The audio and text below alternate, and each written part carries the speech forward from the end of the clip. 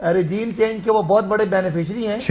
6 references تھے جی 6 references ان کے تھے کرپشن کے.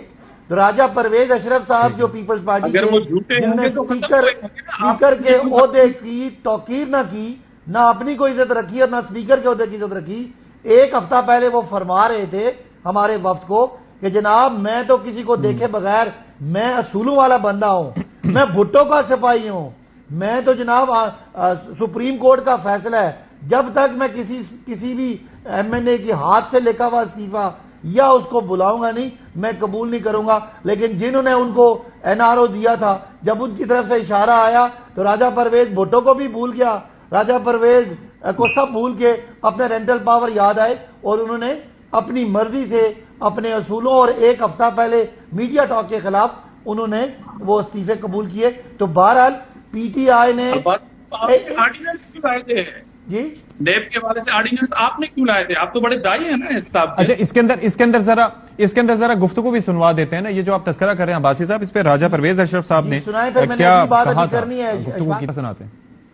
ایسے نہیں ہو سکتا کہ ایک بندہ یا لیڈر کھڑا ہو کے کہے کہ میری ساری جماعت جو ہے وہ مستعفی ہو گئی ہے، تو اس کو میں دباؤ سمجھتا ہوں. رولز یہ کہتے ہیں جس وقت استعفیٰ اسپیکر کے پاس آتا ہے تو اسپیکر اس ممبر کو بلائے گا اور بالکل پرائیویسی میں، کانفیڈنس میں ان سے یہ بات کرے گا کہ کیا آپ نے یہ استعفیٰ خود لکھا ہے، یہ آپ کی ہینڈ رائٹنگ ہے، آپ پر کوئی دباؤ، کوئی پریشر، کوئی ایسا معاملہ تو نہیں ہے. اسپیکر کو جو فیصلہ کرنا ہے وہ آئین اور قواعد ضوابط کو سامنے رکھ کر کرنا چاہیے.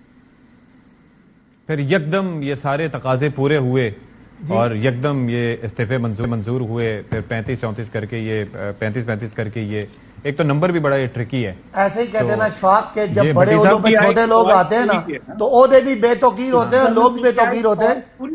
میں دھامرا صاحب بات کرنے دیں ان کو ذرا، پھر میں آپ سے جواب لے لیا. تو میں دھامرا صاحب سے یہ کہہ رہا تھا کہ آپ لوگوں کو نیب کا قانون سخت کر کے ہمارے بندے پکڑنا چاہیے تھے. اور شاید آپ کو یاد نہیں ہے کہ ہم تو آپ نے قانون تبدیل کیا، اس لیے اس کو این آر او کہہ رہے ہیں.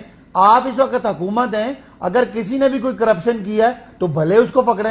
آپ نے کتنے کیسز بنائے، کتنے بندے پکڑے؟ آپ نے کیس کیا بنایا؟ گھڑی کا، توشہ خانہ کا. جب عمران خان نے وہاں پہ آپ سے توشہ خانہ کی لسٹ منگائی تو آپ کی، کیونکہ آپ نے، ہماری تو گھڑیاں تھی، آپ کی تو گاڑیاں تھی، آپ کی تو لیکسس اور BMW تھی، تو آپ بھاگ گئے اور آپ کی طرف سے جواب ہی آیا. ایک غلط دوسرے غلط کو صحیح نہیں کر دیتا، یہ بھی ایک بات ہے نا. جو نہیں، میں کہنا یہ چاہ رہا ہوں کہ وہ عمران خان کے خلاف آپ کرپشن کا کوئی کیس نکالے جو آپ باتیں کر رہے ہیں. آپ حکومت جی ہم بات کر چکے ہیں اس کو.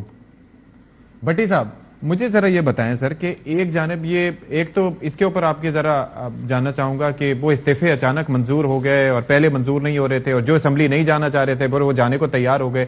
ایک تو اس کے اوپر ذرا آپ کا نقطہ نظر چاہوں گا کہ یہ آخر ہو کیا رہا ہے. اور دوسرا پھر نیب کے حوالے سے کہیں سخت قوانین کی بات ہوتی ہے کہ جی قانون سخت ہونا چاہیے، پھر کہیں سر سے پاؤں تک کے طریقے سے مینج کرنے کی نیب کو کوشش ہوتی ہے. یہ اوور آل آبے کا ہوا ہی بگڑا ہوا ہے سر. بھائی جان پہلی بات تو یہ ہے کہ یہ جو صوبائی اسمبلیوں کے آپ نے ساٹ چلا دیے، جو پی ڈی ایم پہلے کہہ رہی تھی، جو بعد میں کہہ رہی، کہنے کی ضرورت ہی کوئی نہیں ہے، چھوڑ دیجئے. دوسرا راجہ پرویز اشرف صاحب کا قومی اسمبلی کا، وہ بھی آپ نے چلا دیا کہ آئین کے آرٹیکل 64 یا کے تحت ہاتھ سے لکھا ہوا ہو، اور پھر انہوں نے اس میں اضافہ کیا کہ آ کے تصدیق کرے. تو میں پوچھنا یہ چاہ رہا تھا کہ پہلے 11 پھر 35 کتنے لوگوں نے ہاتھ سے لکھے اور کتنے لوگ راجہ صاحب کے پاس آئے؟ تو یہ بھی آپ ساری قوم کے سامنے ہے. اور کیا اس کے بعد الیکشن کمیشن کا کردار مجھے عجیب و غریب لگتا ہے کہ جو بھی آتا ہے وہ ایک ٹھپا لگانے والے بن جاتے ہیں کہ جو بھی آتا ہے ٹھپا لگایا آگے بھیج دیا. وہ بھی ایک ہے.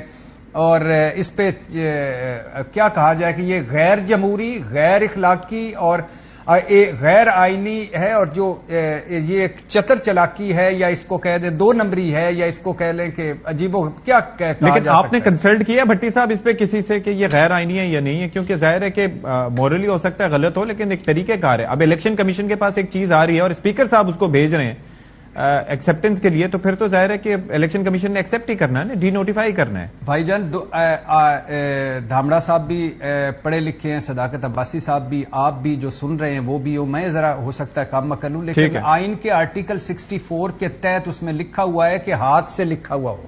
اب میرے سپیکر راجہ پرویز اشرف صاحب نے اس میں ایڈ کیا کہ ہاتھ سے لکھا ہوا اور میں تصدیق کے لیے بلاؤں گا، تو اب یہ تو سارے ٹائپ ہوئے ہیں، تو پھر یہ کس طرح منظور ہوگا؟ لیکن اس ساروں کو ایک فکرے میں اگر سموئیں تو وہ ایاز صادق صاحب کی آڈیو جو آئی تھی کہ جن کے ہم نے منظور نہیں کرنے ان کا کہہ دیں گے کہ دستخط ٹھیک نہیں، تو پہلے دن سے نیت آپ پتہ چل گئی.